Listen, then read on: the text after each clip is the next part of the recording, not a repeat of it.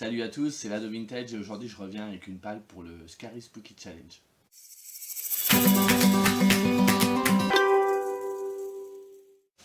Le Scary Spooky Challenge, si je ne me trompe pas dans la prononciation, c'est un challenge organisé par Céline Lecture. Et en fait, durant tout le mois d'octobre, donc c'est du 1er octobre au 1er novembre, on va pouvoir soit lire des histoires qui font peur, tout ce qui va être horreur, angoisse, frisson, même thriller. Ce qui est à notre base, parce que c'est pareil, tout le monde n'a pas la même... n'apprécie pas l'horreur de la même façon, il y en a qui vont être très soft, il y en a qui vont être un peu plus hardcore, donc Céline a vraiment élargi le champ des possibles, mais également les films. Donc moi j'ai pas mis de film parce que j'en ai déjà pour le Pumpkin, donc je vais pas en remettre. Oui, je sais, vous allez vous dire, Laurent, tu refais un challenge alors que tu as déjà le Pumpkin en cours. Alors le Pumpkin, pour l'instant, je me débrouille plutôt bien, j'avance tranquillement, c'est pas non plus un fiesta, mais ça va. Et du coup, là, je me fais une palle, je ne lirai absolument pas tout. Je vais pas partir en me disant, je vais tout lire, je suis un dingo. Non, je sais que je lirai pas tout. Donc j'ai sélectionné un peu tout et n'importe quoi. Donc il y a des livres que j'ai déjà montrés et que j'ai toujours pas lus, donc je vais les remontrer. Est-ce que je vais les lire? Je ne sais pas. Mais j'ai également mis aussi des graphiques. Je me dis au moins les graphiques, je suis sûr d'en lire, ça va assez vite à lire, donc c'est cool. Donc on commence tout de suite. Donc il n'y a pas vraiment de consigne dans le challenge de Céline, c'est juste une thématique. Donc moi j'ai sélectionné en premier de Jennifer McMahon aux éditions Livre de Poche, Winter People. Donc moi c'est un livre que j'avais vu chez Margot Liseuse et qui m'avait vraiment botté. Donc il n'y a pas de résumé derrière, mais il me semble, si je me souviens bien, c'est un livre qui se passe, une histoire qui se passe sur deux temporalités. Donc on est d'abord au début du 20e. Et c'est un couple qui va perdre leur enfant, alors je ne sais plus comment. Et la mère va pas se résoudre, va pas réussir à se résoudre, à se dire que sa fille est morte, quoi. Parce qu'en fait, elle a déjà eu du mal à l'avoir, elle a vécu des fausses couches, elle a eu des enfants mort-nés, enfin c'est normal vu l'époque. Et du coup, elle va en vouloir à son mari, elle va s'en prendre à son mari, et elle va jamais réussir à se dire qu'elle va vivre comme si sa fille était encore là. Et la deuxième temporalité, ça se passe de nos jours, c'est deux filles qui habitent dans la même ferme qu'habitait justement le couple dont je vous parlais tout de suite. Et il y a une des enfants qui va disparaître et sa sœur va se mettre à sa recherche et va tomber sur le journal de Sarah. Je crois que c'est Sarah le prénom. C'est pas marqué? Non. Je crois que c'est Sarah. Donc la mère de l'autre fille, je crois que c'est ça. La mère de la fille qui est décédée, donc en 1900 aidée. Et du coup, il y a quelque chose qui va se rattacher entre les deux, je ne sais plus quoi. Je sais que ça va porter sur le deuil, parce que c'est marqué, et si l'amour était vraiment plus fort que la mort, et si l'on avait la possibilité de ramener de l'au-delà l'être qu'on aime le plus au monde, un suspense terrifiant pour un sujet grave, une histoire qu'on ne peut lâcher et qui nous plonge dans l'effroi. Donc je suis désolé, mon résumé est un peu énigmatique, mais c'est les seules bribes que j'ai, et puis j'ai pas trop envie d'en savoir plus. Ensuite, essayer de poursuivre une saga, parce que j'avais bien avancé l'année dernière, et cette année, j'en ai pas lu un, je crois.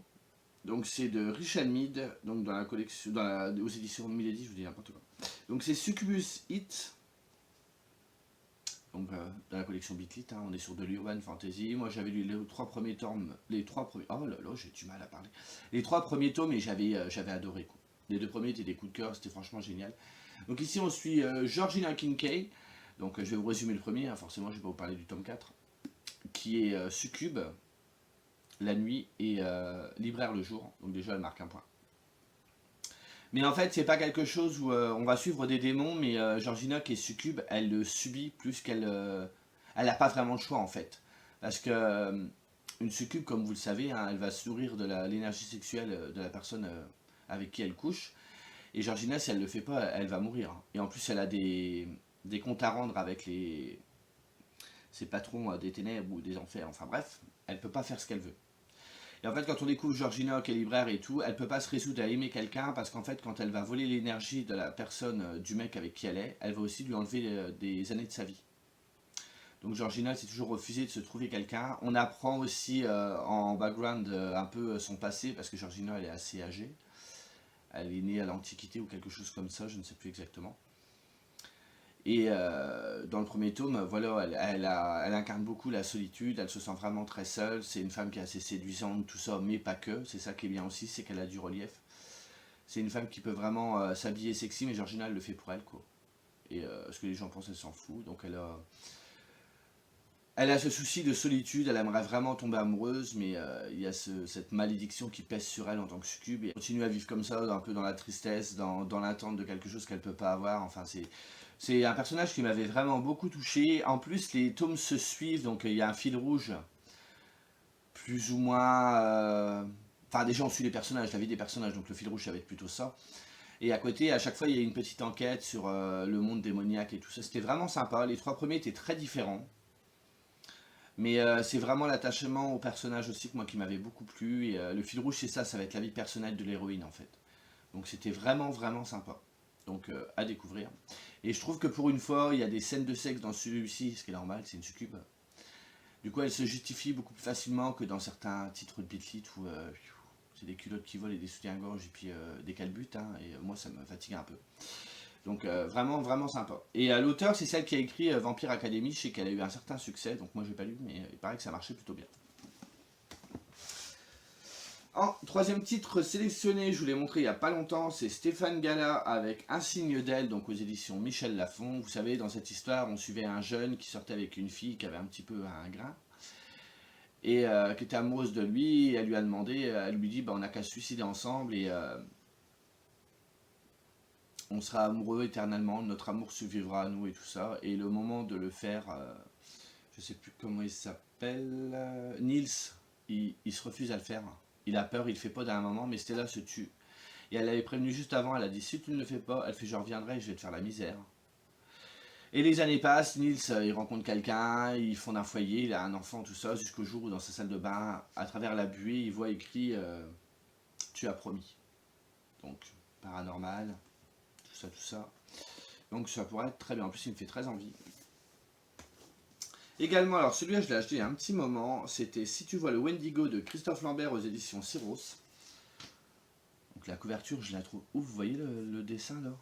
Ah, je trouve la couverture géniale. Donc c'est du young adulte. Donc ici, on est fin des années 50 aux États-Unis. Il y a David qui vit avec ses parents dans une résidence de standing où chaque famille semble mener une vie parfaite.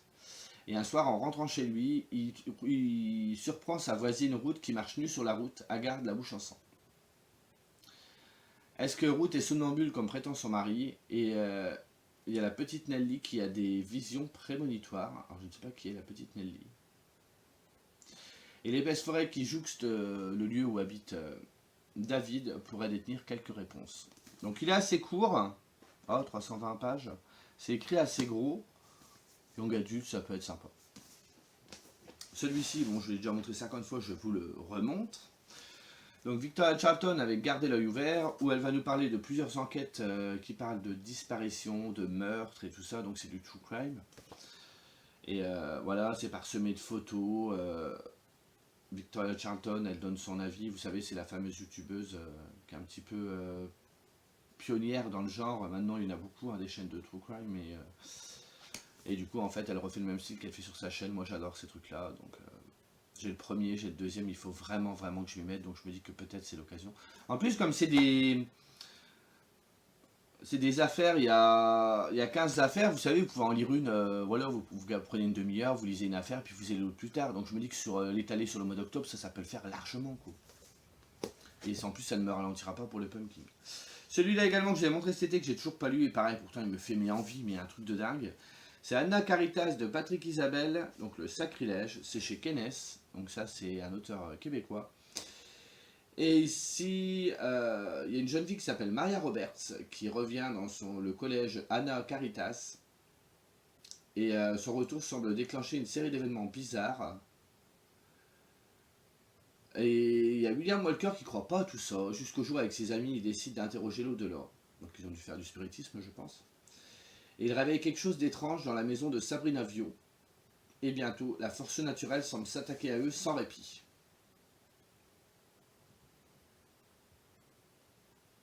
Et du coup, se retrouvant un petit peu dans le caca avec cet esprit qui les tourmente, ils n'auront qu'une solution, c'est de se tourner vers Marianne Roberts, justement, qui voulait éviter jusque-là, qui avait pas une très bonne réputation. Mais là, ils ont vraiment pas le choix, quoi. Ah bah oui, je vous parle de spiritisme radé, là, table. Donc celui-là, pareil. Alors, je crois que c'est du young adulte aussi, mais on m'en a dit des bons retours aussi. J'ai vraiment, vraiment envie de le découvrir. Alors là, je vous les montre. Là, c'est impardonnable ce que je vais faire. Franchement, je sais pas bien. Je vous avais dit que j'avais une envie de ouf de les lire. Est-ce que je l'ai fait? Non. Mais je suis super content de les avoir. Mais j'ai tellement envie de les lire, mais je ne les lis pas. Me demandez pas pourquoi, je n'en sais rien. Donc nous avons de Junji Ito, Génie Spirale. Vous savez, avec cette étrange ville ou village, une petite ville où les gens commencent à être obsédés par la forme de la spirale. Donc avec Junji Ito, vous êtes sûr que vous allez être dans l'horreur. Moi j'avais lu Ji-Oh, je vous en avais parlé, que j'avais vraiment adoré. Donc ça ne peut que le faire et en plus j'en ai vraiment envie de le lire. Et en ce moment j'ai vraiment cette envie de manga d'horreur et tout. Me demandez pas pourquoi mais je kiffe. Et ensuite, bah, du même auteur, Tomie. Alors il suit Tomie, c'est le mal incarné. Elle est reconnaissable entre mille grâce à ses longs cheveux et son grain de beauté. Et elle attise la passion des hommes. Et ils finissent par commettre l'indicible et l'assassiner. Mais on ne peut jamais se débarrasser de Tomie. Et à chacune de ses renaissances, elle est de plus en plus forte. Donc le résumé est assez énigmatique. Vous voyez, hein, ça c'est... Alors celui-ci, c'est les éditions Mangetsu. Et celui-là, c'est les éditions Delcourt Tonkam. Je vous ai pas dit. Donc je me dis que c'est le moment. Et encore une fois, c'est un manga, c'est une pavasse. Mais je pense que ça va être un plaisir immense. Et ça se lit assez vite. Enfin, ça se lira plus vite que c'est un roman. Également celui-ci que j'ai acheté il y a très longtemps. Il y a très longtemps. Il y a au moins un an facile. J'ai toujours pas lu. C'est moi ce que j'aime, c'est les monstres de Émile Ferris. Donc aux éditions Monsieur Toussaint l'ouverture. Donc un livre déjà, l'objet livre est d'une beauté sans pareil. Tout a été dessiné au stylo bille. Franchement, je vais essayer de vous trouver une belle image. Oh bah regardez, on est dans le thème. Je vous dis qu'on est dans le thème encore. Regardez. Il y a un travail derrière, vous ne pouvez pas savoir. En plus, vous savez, il y a ce côté, comme dans un cahier d'école. Il y a même les trous au milieu des pages. Franchement, il y a vraiment... L'objet livre est franchement sensationnel. Mais il y a cette image que j'adore en plus. Attendez, je vous la montre. Où est-elle? Où est-elle? Où est-elle? Vous connaissez cette image? Vous vous rendez compte, elle a tout refait au stylo bille. Je sais pas si vous verrez. C'est fait au stylo bille. Le talent, les gars. Le talent. Et ce livre est également le prix Angoulême 2019. Donc ici, on va suivre le journal intime d'une artiste prodige. D'une enfant qui est née au cœur de Chicago dans les années 60. Donc on va y voir plusieurs genres. Donc il va y avoir notamment des enquêtes, un drame familial, un témoignage historique. Et également, il y aura des parallèles avec la vie de l'autrice, Émile Ferris. Donc ça reste assez énigmatique. Je l'avais vu passer, moi, plusieurs fois. C'est vrai que pendant un temps, on le voyait beaucoup. Mais il faut vraiment, vraiment que je m'y mette. Ensuite, toujours dans les graphiques, hein, on va pas changer. Il y a le Grimoire Noir, donc de Yana Bogach et Vera Grinty. Donc j'ai vu chez Sylvaine, qui suit la chaîne. Je pense que t'es là, Sylvaine. Et qu'il disait et qu'il l'a mis en story il y a pas longtemps sur Insta. Je me suis dit, ah, c'est pas bête, je vais le mettre dedans. Donc c'est chez Glénat. Et ici, on va être dans une ville américaine qui s'appelle Blackwell et qui a pour particularité d'autoriser l'usage de la magie. Il n'y a que les femmes qui ont des pouvoirs. Mais parce qu'en dehors de l'endroit de la ville, je pense que la sorcellerie, elle est réprimée. Il y a Bucky Orson, qui est un jeune homme à l'humeur morose. Sa sœur a disparu dans des circonstances troubles. Et son père, qui est shérif de la ville et qui enquêtait, c'est au point mort. Et pour exemple, cet enlèvement provoque chez la mère forcément une grande tristesse et dès qu'elle pleure, il pleut sur la ville. Donc Bucky décide de mener sa propre enquête pour retrouver sa sœur. Et il sera aidé par son ami Chamomile. Mais voilà, quand on soulève un peu le passé, il se révèle qu'il y a des choses qu'il fallait peut-être pas trouver. Mais ça avait l'air... Les images sont absolument splendides. Bon, je prends au hasard. Hein. Le graphisme très sombre comme ça. Pareil, on l'a vu beaucoup passer, hein, mais je l'ai acheté il y a un petit moment. Il faudrait vraiment que je le lise aussi. Et le dernier, lui j'ai pas pris. Vous avez vu, hein, j'ai été raisonnable quand même. Ma palle n'est pas vraiment énorme. Le dernier, j'ai Jizo de Monsieur Tan et de Mato. Donc Monsieur Tan, c'est Antoine Doll. Donc ici aux éditions Glénat. Donc Jizo, il y a un petit garçon qui s'appelle Aki qui ne trouve pas son chemin pour rentrer chez lui. Et tout le monde n'a pas l'air de faire attention à ce gamin-là, sauf Jizo, un étrange garçon qui est sorti de nulle part. Donc il sait pas qui c'est et à qui il a du mal à lui faire confiance. Il faut faire attention parce que à la tombée de la nuit, il y a une effroyable sorcière qui chasse les enfants. C'est tout ce que j'en sais. Au niveau du graphisme, c'est assez classique. Ouais, ouais, je vais vous montrer les pages du début parce que j'ai pas envie de me spoiler non plus. Ça reste assez classique. C'est pareil, ça fait un petit moment que je vais le lire. Je l'ai toujours pas lu. Donc sorcière, hein, ça va rentrer aussi dans le thème. Donc voilà pour les petites lectures. J'aimerais bien essayer d'en lire un petit peu. En plus, là, on est clairement dans ma came. Moi, tout ça, ça me parle de fou. Faut qu'à voir, j'ai varié un petit peu les genres. Il y a un petit peu d'urban fantasy, hein, forcément, succube, démon. Parce qu'un Poké Challenge, ça rentre. Une histoire un peu plus enquête, drame familial, tout ça, avec Winter People. Tout ce qui va être paranormal. J'ai mis du adulte, du young adulte, et également des valeurs sûres comme Junji Ito. Et voilà. Donc, dites-moi vous si vous le faites. Le challenge de Céline Lecture, puis dites-moi ce que vous avez choisi. Hein. Donc voilà. J'espère que ça vous aura plu, puis que je vous aurai au moins fait découvrir des choses. Allez, je vous dis à plus tard. Salut.